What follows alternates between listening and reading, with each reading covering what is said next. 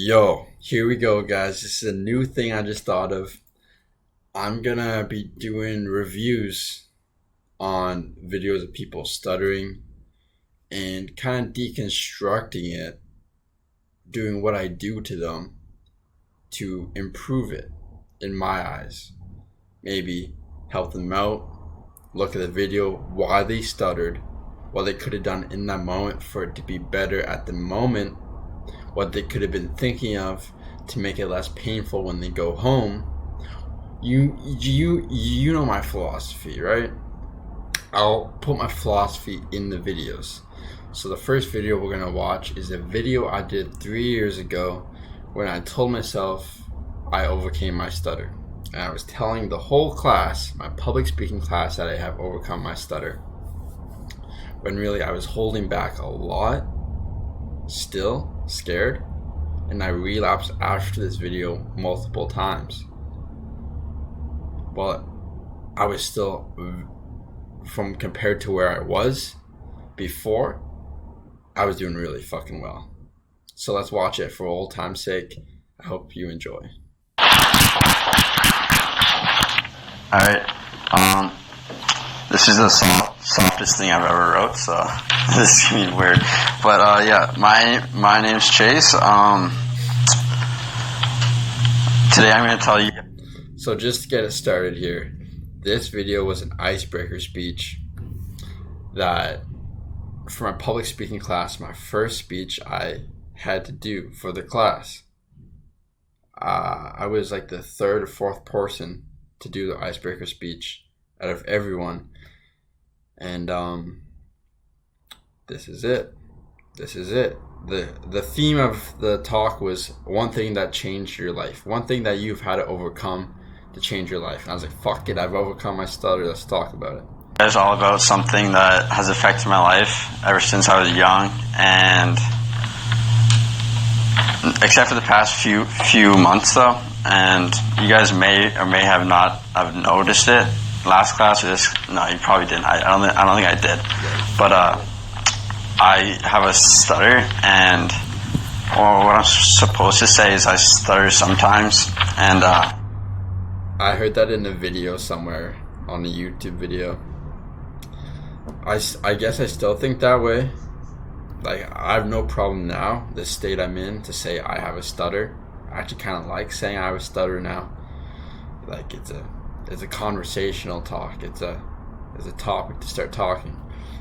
But at the time, I just really was still fearing stuttering. So I didn't want to label myself as a stutterer.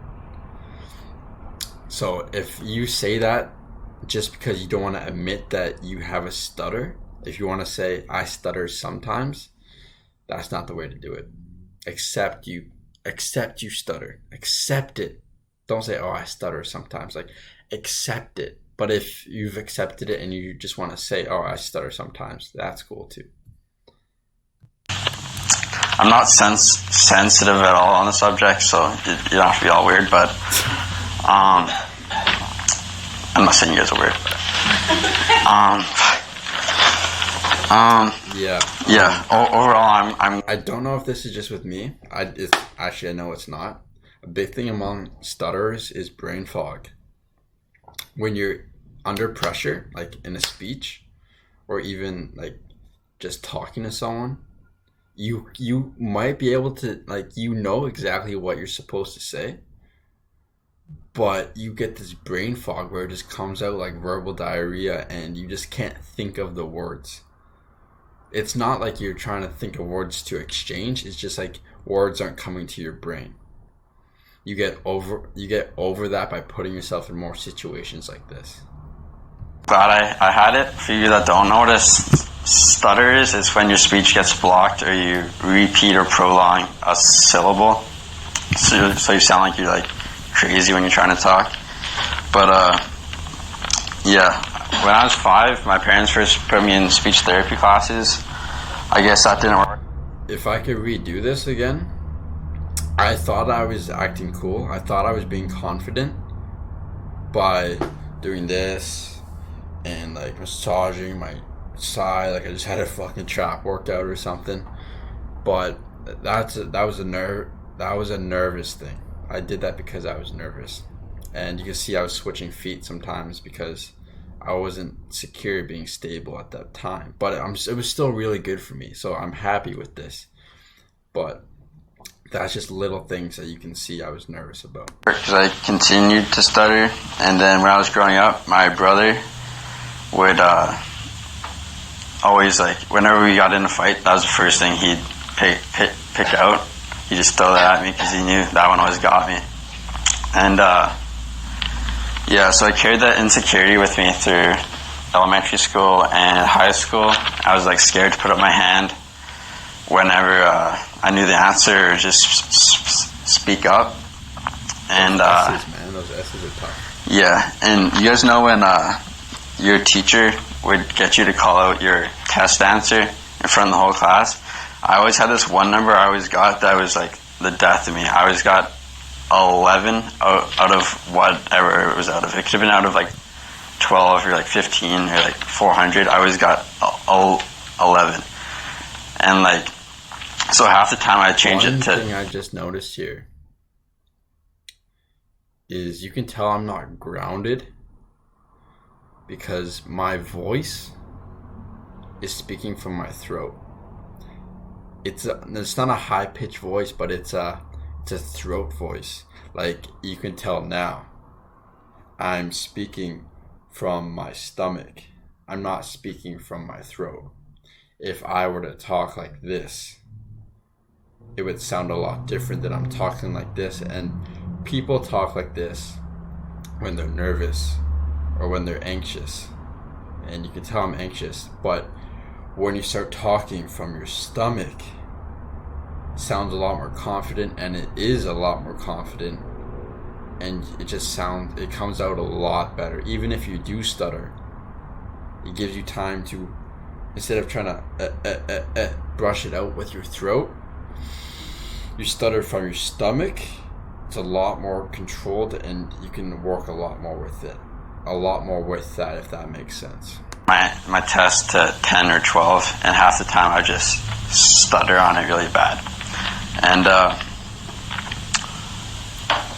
yeah, then first year university was last year, and that was the worst year for me. I couldn't say 2 words without stopping for 15 seconds. 15 seconds. I used to have a big problem with exaggerating shit. When I'd be caught up in the moment, I know I didn't have 15 seconds written down on that paper. I hope not. But when I'm caught up in the moment, I just 15 seconds. No one stops for 15 seconds unless you're trying to get a word out. But how I try to say it is I would stutter and then I would wait 15 seconds to say another word. It's not like that. But that's the truth bomb about me. I used to exaggerate a lot of shit. And it was just a terrible time. I was so uptight about it, constantly denying to myself that I had it. And my teachers would take deductions off my presentations. That denying part, what if you guys see some similarities in that, what I would recommend is don't go deny. You can tell, if you rewind, you can tell it was all up here that I was trying to force it out. If I were in that spot again, I'd be a lot more sturdy stance, and I go denying. You can even tell I've stuttered when I've doing this review. I don't go denying. It's a lot more controlled. My breathing isn't as throaty. It's from my stomach. Because they thought I didn't rehearse or anything. But in overall, I rehearsed more than anyone in the class. I just taking out the big words, or saying one word for 15 seconds. It was bad. And 15 seconds. Yeah, so I went into my seasonal summer job with the mindset of I'm just gonna say what I want when I want, and I'm not going to care if I stutter a tiny bit. That wasn't planned at all. I know in presentations, people start the presentations with like stuttering if they're doing a topic on stuttering. But that wasn't planned. That was just, I was in the moment of about to explain how I overcame my stutter. And deep down, I knew somewhere inside of me, I still feared the stutter, so I didn't fully overcome it. And that put me to the test, and I had to say the worst word. I didn't word exchange, but I stuttered hard on that word because there was a mismatch of what I was saying and how I actually felt. And deep down, I knew like somehow they might find out that I didn't fully overcome my stutter. So that caused a fucking ruckus in me, stressed me out. So when I were say stutter, I stuttered a lot more on it because it put me to the test, really. But I did pass the test. I did pass the test because if you look back here, it didn't bring me down. My stutter didn't bring me down. Look back here. I'll rewind it. I laughed. I'm not going to care if I stutter a tiny bit, and it's fucking funny. Don't take your stutter so seriously. If I can laugh with my stutter, so can you. I'm no different than you. And funny story, I don't know if it's from laughing at my stutter, but I know it's from being more confident. I actually, in this class, got the best girlfriend that I've ever had.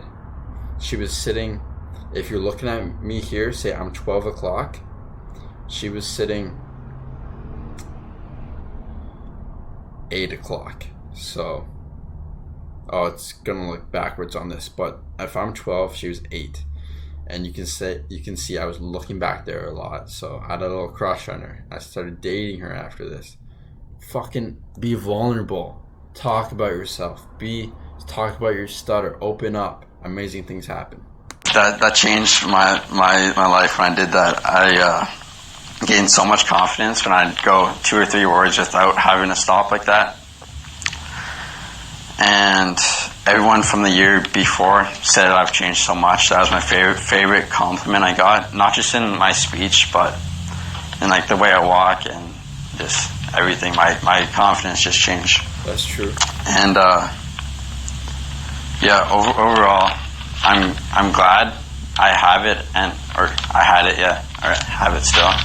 But it makes me just grateful for when I can speak like this. And I still have bad days every now and again, but it just makes me more and more grateful for when I can speak clearly. Thank you. So yeah, that was me 3 years ago. That's when that was after my first summer of doing mad comfort zone challenges. I went from stuttering a lot to doing a lot of comfort zone challenges, and this is what the product was. I still didn't have all the right mindsets. I still didn't know fully about myself. I've learned so much since this time, and even about stuttering, but this is what comfort zone challenges do. It made me, I would have never joined public speaking class if I never had the thought that, or the knowing that if I pushed my comfort zone, I would overcome my stutter. And it's so fucking true. So if I can do this, so can you. If you guys like this type of video, let me know. I'll do more of these. And it's not just me. If you want to send me videos of you doing a speech, I'll review it. I'll see what I can find. I'll point out the good spots. I'll point out the spots you need improvement on. I'm not a god. I'm not perfect, but I'll do my best through these years of fucking overcoming my stutter. I love you. All right, I love you. Peace.